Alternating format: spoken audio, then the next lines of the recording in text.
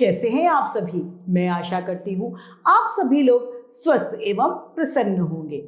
आज हम हमारा पाठ वाक्य विचार को पढ़ेंगे और समझेंगे। तो आइए इस पाठ को प्रारंभ करते हैं। ये है हमारा पाठ 14, वाक्य विचार। वाक्य किससे बनते हैं? जैसे वर्णों के समूह से शब्द बनते हैं, उसी तरीके से शब्दों के क्रमबद्ध समूह से वाक्य बनते हैं। दो या दो से अधिक सार्थक शब्दों का समूह वाक्य कहलाता है। उदाहरण के लिए, अनीता भोजन कर रही है, बकरी घास में खेल रही है या खा रही है, बच्चे खेल रहे हैं। वाक्य में दो अंग होते हैं, पहला उद्देश्य, दूसरा विधेय। वाक्य में जिसके बारे में कहा जाता है वह उद्देश्य कहलाता है, और वाक्य में किसी के बारे में जो कुछ कहा जाता है वह विधेय कहलाता है। जिसके बारे में कुछ कहा जाता है उसे उद्देश्य कहते हैं। जैसे बच्चे खेलते हैं में बच्चे उद्देश्य है। विधेय, उद्देश्य के बारे में जो कुछ भी कहा जाता है उसे विधेय कहते हैं। बच्चे खेलते हैं में खेलते हैं विधेय है। कर्म, क्रिया आदि सभी विधेय में सम्मिलित है। कर्ता मात्र उद्देश्य कहलाता है। वाक्य के प्रकार, अब यहां पर हमें वाक्यों के प्रकार बताए गए हैं। सबसे पहले रचना के आधार पर तीन तरीके से वाक्य होते हैं। पहला साधारण वाक्य, दूसरा संयुक्त वाक्य तथा तीसरा मिश्र वाक्य। रचना के आधार पर वाक्य को तीन भागों में बांटा है। पहला साधारण वाक्य, संयुक्त वाक्य, तीसरा मिश्र वाक्य। साधारण वाक्य वह वाक्य जिसमें एक ही उद्देश्य और एक ही विधेय पाया जाता है वह साधारण वाक्य कहलाता है। जैसे टीनू केले खाता है, तो यह साधारण वाक्य है क्योंकि उसमें एक ही उद्देश्य है टीनू, और केले खाता है एक विधेय है। संयुक्त वाक्य वह वाक्य जिसमें दो या दो से अधिक उपवाक्य योजक द्वारा मिले हो उसे संयुक्त वाक्य कहते हैं। जैसे नमन को बुलाया था परंतु या फिर लेकिन वह नहीं आया, तो यह वाक्य जो है परंतु शब्द से जुड़ा हुआ है, तो यहां पर यह योजक यानी संयुक्त वाक्य कहलाएगा। दो वाक्यों को आपस में जुड़ना संयुक्त वाक्य कहलाता है। मिश्रित वाक्य वह वाक्य जिसमें एक प्रधान वाक्य हो और शेष उपवाक्य अधीन होकर आए उसे मिश्रित वाक्य कहते हैं। जैसे कि मैंने सुना है कि सोनिया कल आएगी। इस वाक्य में मैंने सुना है प्रधान वाक्य है और सोनिया कल आ रही है यह अधीन यानी उपवाक्य है।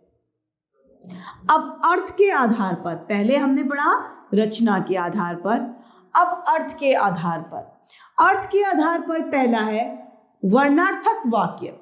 वर्णार्थक वाक्य वह वाक्य जिसमें कोई बात सरल व सीधे तरीके के ढंग से की जाती है वह वर्णार्थक वाक्य कहलाता है। जैसे कि वह गाना गाती है, वह सिलाई करती है, इसका उदाहरण है। निषेधार्थक वाक्य वह वाक्य जिसमें किसी काम के न होने की बात कही जा रही हो वह निषेधार्थक वाक्य कहलाता है। जैसे कि अहमद आज स्कूल नहीं गया। प्रश्नार्थक वाक्य जिस वाक्य में प्रश्न पूछा जाता है वह प्रश्नार्थक वाक्य कहलाता है। यह कौन है? तुम कहां जा रही हो? इसका उदाहरण है।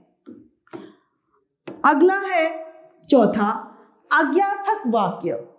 जिन वाक्यों में आज्ञा का बोध हमें पता चलता है वह आज्ञार्थक वाक्य कहलाते हैं। जैसे कृपया थोड़ी देर रुक जाओ। पांचवा है विस्मयबोधक वाक्य।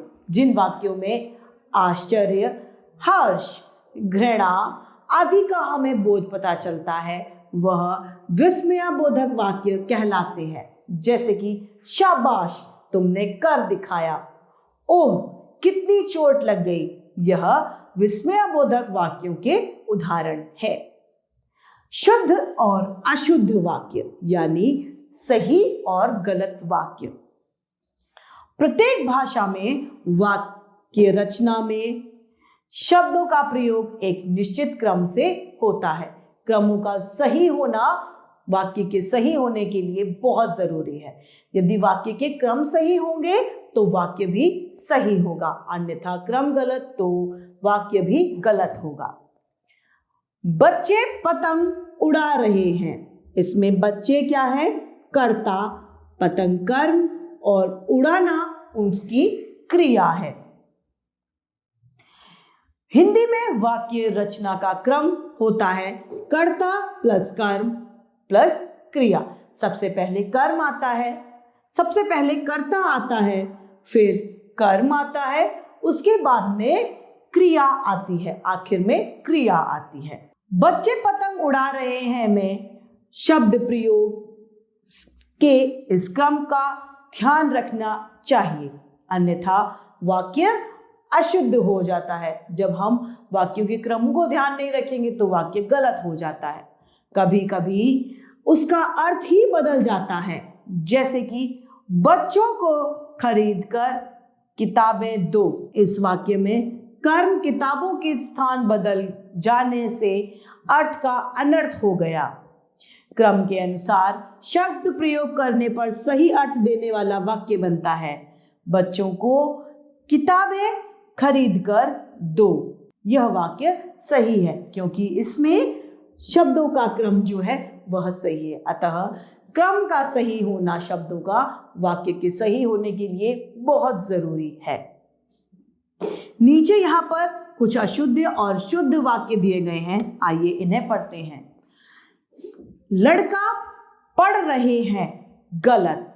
लड़का पढ़ रहा है, सही वाक्य है। उसका प्राण निकल गया। प्राण सदैव बहुवचन होते हैं, अतः उसके प्राण निकल गए। बरखा परसों सुबह को आएगी। बरखा परसों सुबह आएगी। कृपया करके मुझे सुनो। कृपया मेरी सुनिए। उसने मुझे बुलाया था। उसने मुझको बुलाया था। उसने मुझे बुलाया था। 2 और 2 4 होते हैं। 2 और 2 4 होते हैं। होता है की जगह होते हैं। सारा काम तुमने करा है। सारा काम तुमने किया है। उसे एक चाय का प्याला दो। उसे एक प्याला चाय दो। फल नहीं खाए हमने। हमने फल नहीं खाए। मोची जूता बनाया। मोची ने जूता बनाया। मैदान में लोग इकट्ठा हो रहे हैं। लोग मैदान में इकट्ठा हो रहे हैं। मैंने आपको 10 रुपए देने हैं। मुझे आपको 10 रुपए देने हैं। मैं मेरे घर जा रहा हूं। मैं घर जा रहा हूं। वह नीचा गिरा। वह नीचे गिरा। मेरा गुरुजी आया है। मेरे गुरुजी आए हैं। सोनिया और इंदु पढ़ रही है। सोनिया और इंदु पढ़ रही हैं क्योंकि वह बहुवचन में है। इसी तरीके से तुम परीक्षा में सफल हो गए। तुम परीक्षा में सफल हो गए। मछली जल पर तैर रही है। मछली जल में तैर रही है। शिप्रा गाड़ी पर आई है, शिप्रा गाड़ी में आई है। 1 घंटे पहले पिताजी यहां ही पहुंचे हैं, पिताजी यहां 1 घंटे पहले ही पहुंचे हैं, सही है। तो इस तरीके से हमने शुद्ध वाक्य और अशुद्ध वाक्यों को देखा। आइए इस पाठ की समाप्ति पर संक्षेप में जानते हैं कि हमने क्या सीखा। वाक्य में जिसके बारे में कुछ कहा जाता है वह वह उद्देश्य कहलाता है। उद्देश्य के बारे में जो कुछ कहा जाता है वह विशेष्य कहलाता है। रचना के आधार पर वाक्य 3 प्रकार के होते हैं तथा अर्थ के आधार पर वाक्य 5 प्रकार के होते हैं। इस तरीके से हमारा यह पाठ समाप्त होता है। मैं आशा करती हूँ आप सभी लोगों को यह पाठ भली भांति रूप से समझ में आया होगा। आज के लिए इतना ही, फिर मिलते हैं। धन्यवाद।